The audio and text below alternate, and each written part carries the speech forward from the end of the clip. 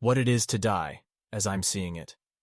A revealing article on the meaning behind death and life written by Barry Long as he approaches his own death. Mystics and poets down through the ages have told us that our real home is eternity.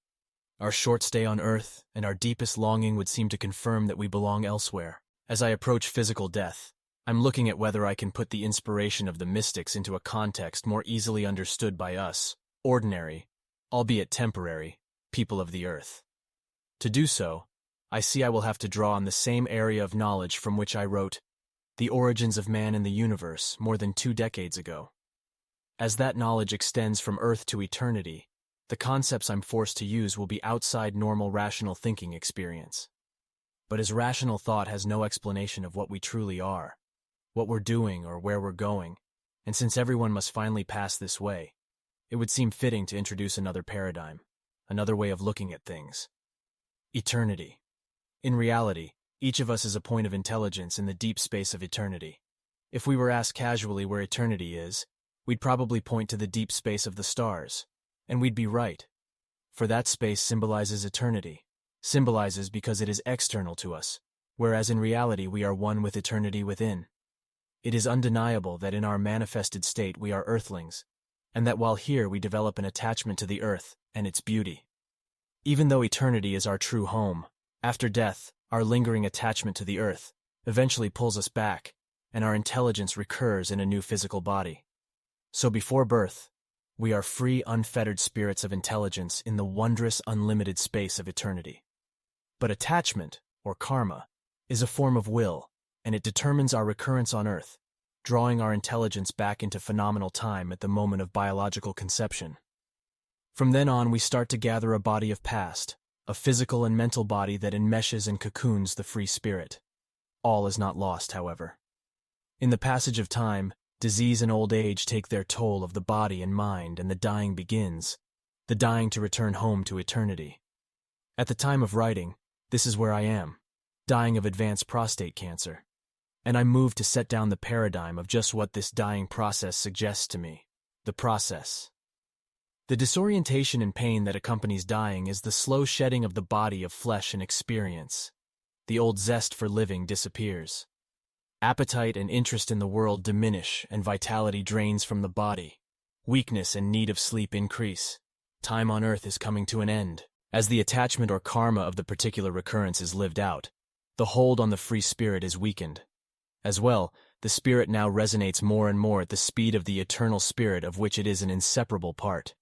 The incredible swiftness of the resonance dislodges and shakes off increasing amounts of the cloying biological body. This causes the final sickness of the body, with the debilitating side effects of the drugs and treatments being part of the whole process. God, imminent. Meanwhile, as the organizing self, commonly called the ego, loses interest in the external to concentrate on trying to understand what's happening in the body, the God immanent arises. This is extremely gradual and subtle. It is signified by the dying individual sitting motionless and apparently staring ahead or into space for increasing periods. The God or Lord immanent is the spirit of intelligence that entered the body at conception. It has no attributes. It is pure intelligence without the corruption of mind or knowing. The growing negation of all that the individual used to be allows the Lord or God immanent to appear in the dying body for sensitive loved ones to actually witness. But often the appearance goes unnoticed because of its extreme subtlety and absence of identifying attributes, combined with the sense of loss and grief in the loved ones which disturbs attunement. The closest that can be said to describe this divine metamorphosis is that an unmistakable sweetness and love appears in the patient, finer than anything ever seen in her or him before. I, the dying patient, am now like the chrysalis approaching transformation into a butterfly. The moment of death marks the release of the last flake of restraining past. The amazing transition is complete. I, the spirit of intelligence, burst free and soar through inner space to reunite with the eternal good or God transcendent. But in truth, I never left the eternal. I was simply the seemingly cocooned, empowering genius that made the biological dream possible. But how do I, the writer, know this when I haven't yet died? Where does this supposed knowledge of afterlife come from? Is it wishful thinking, not just by me, but by hosts of people who have had such intimations? Self-knowledge and self-knowledge. To me, the knowledge comes from all of us having passed through physical death and birth many, many times in recurrent lives. For that reason, I call it self-knowledge with a capital S. Then there's self-knowledge with a small s. Both refer to inner experience. Any other information we call knowledge relates to what we've heard, read, or observed outside us. Take self-knowledge. It arises from inner experience, such as that of having had a severe attack of influenza.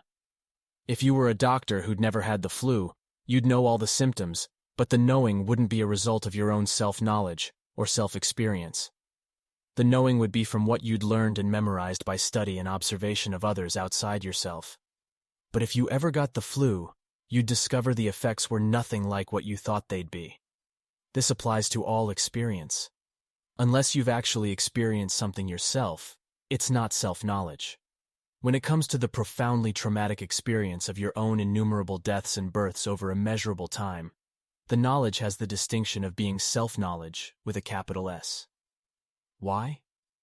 Because the recurrent sequence of being born, living, and dying represents everything I, the individual consciousness in your body now, have ever experienced, everything I've ever been, the sum total of what I am at this moment. Such self-knowledge is inaccessible to the surface mind whose exclusive focus is on one living life, this one. Spiritual teachers.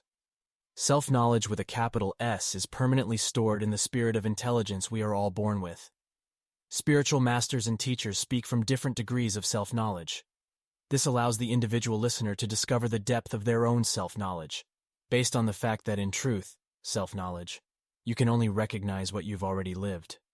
If you relate to what the teacher says, you are with him in self-knowledge and delight in hearing what you hadn't realized you already knew.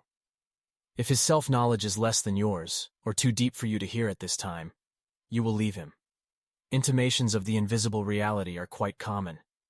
But when the mind gets hold of these, it builds conceptual structures more related to survival after death, for instance meetings with deceased loved ones, than the simple truth of inexplicable freedom. When I realize immortality, I realize my own self-knowledge, that only the body-brain dies, and that I, the spirit of intelligence, still am. When I realize God or self, I realize the ultimate of my self-knowledge up to that moment, that I and God or self are one. The depth and scope of self-knowledge varies in everyone and determines the degree of sensitivity to the invisible reality. Since the knowledge comes from having passed through many, many recurrent physical lives and deaths, death finally is no longer seen as something to be feared, but a natural transition from the dark of ignorance to the light of life. Recurrence is not the same as the widespread Eastern belief of personal reincarnation. Recurrence produces self-knowledge which is not accessible to the mind that believes or remembers. Self-knowledge is a totally impersonal and vaster thing than reincarnation. All personal traits the person identifies with die with the body, whereas self-knowledge persists as the guiding light in the unconscious behind the existential scene. The basic dilemma. The trauma of dying physically is due to our basic dilemma. On one hand, we are the eternal spirit of intelligence or consciousness that enables the brain to think and perceive. On the other, we are sentient creatures. We feel sensations of pleasure and pain, and a wide range of feelings in between. As sentient beings, we are mortal and must die. That which causes the pain or discomfort in dying is the withdrawal of the abstract spirit of consciousness from the habit of attachment to the mortal. We must look at this with common sense. Breaking habits is one of the most painful of everyday attempts to improve ourselves. Simple habits like attachment to food or certain foods, or trying to break the nicotine or drug habit. Only those who've made such attempts can appreciate the ongoing frustration and trauma. But when it comes to breaking the habit of consciousness, identifying with the mortal side of our nature over uncountable recurrences, we should be able to get an idea of the massively painful break involved, along with the wonderful relief when the identification is broken. My own executioner. When you look closely, being born, coming in, is not that much different to dying, going out, except that one is pretty well the reverse of the other. Gestation in the womb takes 9 months, and the mother bears the pain and discomfort of the birth. Dying from old age and disease also takes months as the body and expectations, the products of time and experience, are slowly dissolved. In the absence of the enfolding maternal flesh of love, the individual must necessarily bear the pain and discomfort. but not altogether alone, for it is the spirit of intelligence taking us home. As I said, I'm dying while writing this, and the extraordinary justice is that part of what's killing me is the male hormone that supposedly made me a man. The hormone feeds the cancer that is spreading through my bones. Thus, I am my own executioner. The same, I suspect, applies to woman. The female hormone seems to feed the cancers that afflict her.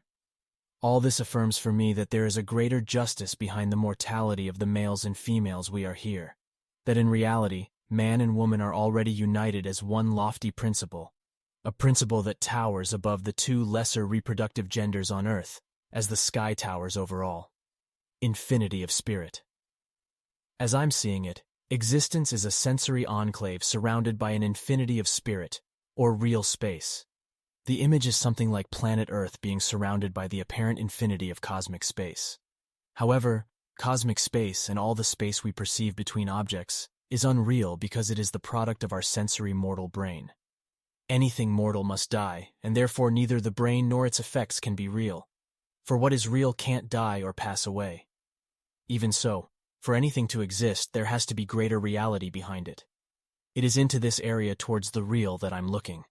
The parallel I've given of Earth in cosmic space, and the image of the sensory enclave surrounded by the infinity of spirit, shows how my brain has to reproduce a sensory version or model of the reality behind the brain, and of course the parallels continue through every level of existence.